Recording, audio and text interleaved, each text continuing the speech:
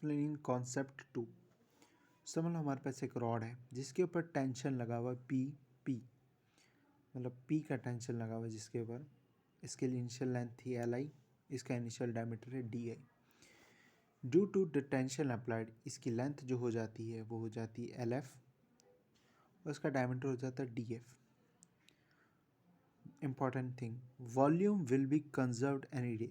Volume हमेशा conserve रहेगा। Vi is equal to Vf, so AI into Li is equal to AF into Lf। So इसका meaning AI by AF is equal to Lf by AI। This is very very useful. Now engineering strain. Engineering strain हम कैसे निकालेंगे? Engineering strain होती है change in length upon original length. Change in length कितनी हुई? Lf minus Li, original length Li। Engineering stress P by pi by 4 D initial का whole square. क्योंकि engineering strain में स्ट्रेस में इनिशियल जो area होती है उसी का यूज़ होता है। पर हम पढ़ रहे हैं मेटल फॉर्मिंग। मेटल फॉर्मिंग में ट्रू स्ट्रेस और ट्रू स्ट्रेन चाहिए क्योंकि हम प्लास्टिक रीजन में काम करते हैं। प्लास्टिक रीजन में काम करने की वजह से हम स्ट्रेंथ ऑफ मटेरियल में सिर्फ इलास्टिक रीजन तक सीमित रहते हैं, बट इन मेटल फॉर्मिंग हम प्लास्टिक रीजन तक जाते हैं।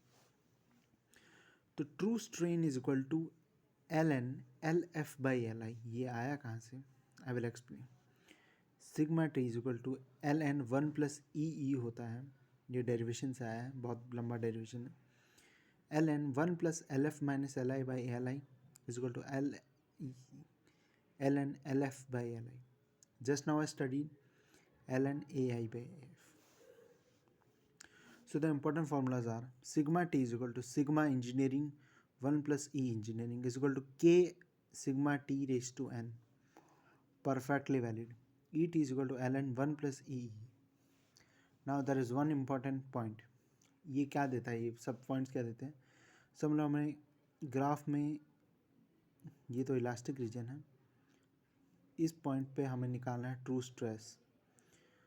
तो कोई बात नहीं, ट्रू स्ट्रेस निकालने के लिए हमें इस फॉर्मूले के हिसाब से चाहिए, इस फॉर्मूले को देखें तो इस पॉइंट पे चाहिए हमें ट्रू स्ट्रेन। ट्रू स्ट्रेन का फॉर्मूला है Ln Lf by Li।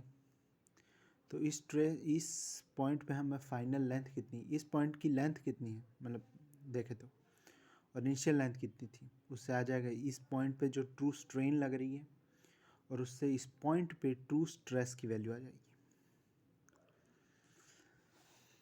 One important point, at ultimate load stress और यूटीएस पॉइंट, जो हमारा ये पॉइंट होता है,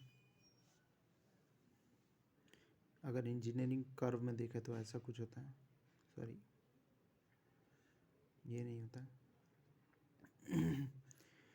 इस यूटीएस पॉइंट पे, अल्टीमेट टेंसाइल स्ट्रेंथ पॉइंट पे, अल्टीमेट टेंसाइल स्ट्रेस पॉइंट पे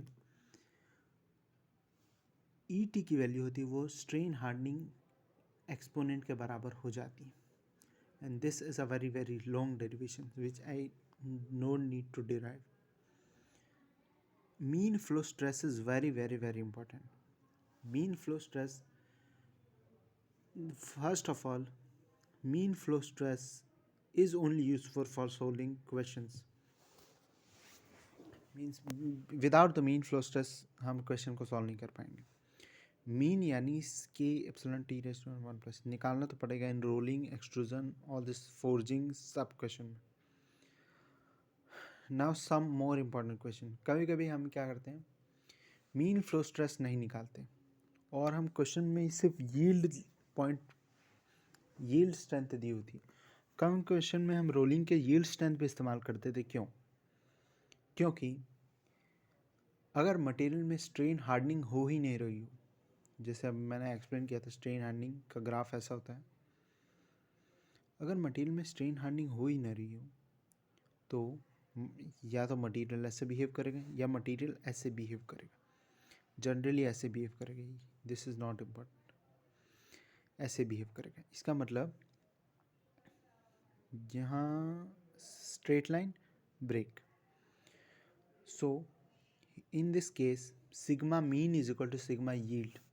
सो अगर n की वैल्यू 0 हो या फिर in question it is given that इस उसमें स्ट्रेन हार्डनिंग नहीं हो रही है कंपोनेंट में, मटेरियल प्रॉपर्टी है स्ट्रेन हार्डनिंग होना, अगर इस मटेरियल में स्ट्रेन हार्डनिंग नहीं हो रही है तो use sigma yield if it does not give value of n means you can find sigma mean. So in that case use sigma mean is equal to sigma yield. This is not always possible. If he gives that the material is strain hardening, then you will have to definitely use the sigma mean. There is no other way around. Question: the true stress strain curve is given by sigma is equal to 1400 e raised to 0.33. इसका मतलब sigma t is equal to 1400 et raised to 0.33. Calculate the true stress, true strain and mean flow stress at, क्योंकि मैंने बोला था ये formula जो है particular point पे स्ट्रेस ट्रू स्ट्रेन की वैल्यू देगा. So he has asked the exactly the same at maximum load कहाँ पे होता है? यूटीएस पे, अल्टीमेट टेंसाइल पॉइंट पे.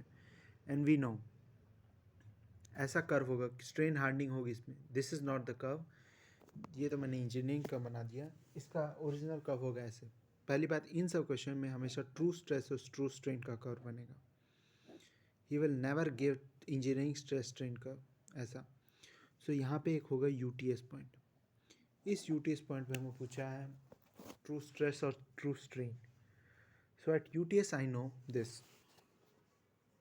We derive at maximum load or UTS point. True strain at UTS is equal to ET is equal to N is equal to 0.33. तो हमें true strain की value मिल गई UTS पे जो होती है N के बराबर यानी 0.33. तो इससे हम निकालेंगे ट्रू स्ट्रेस एट UTS जो होती है sigma T is equal to this. Mean flow stress eight UTS क्या होता है? K epsilon T raised to N upon 1 plus N. First of all, now, so this is how you solve this question, particular question. Next question is, the engineering strain of a mild steel sample is 0.1%.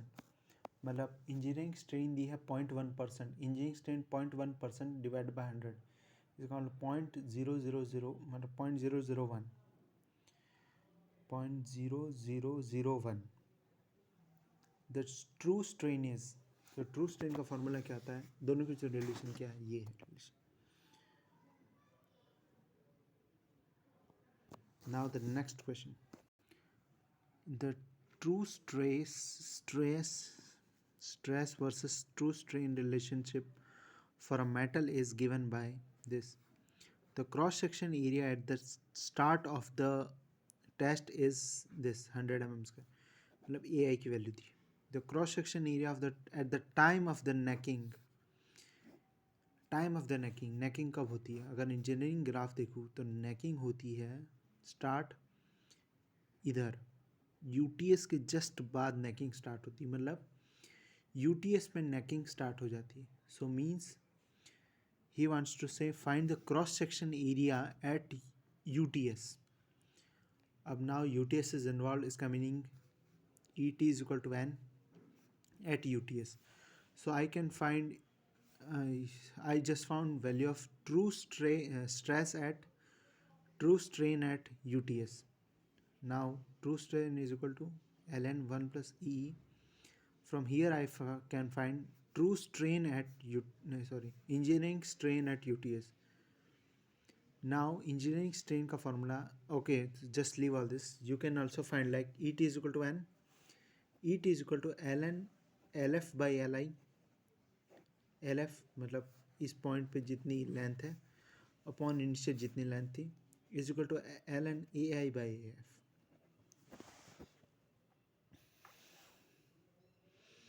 So from here you can find AF, मतलब at the time of necking its area will be 67.03 mm square.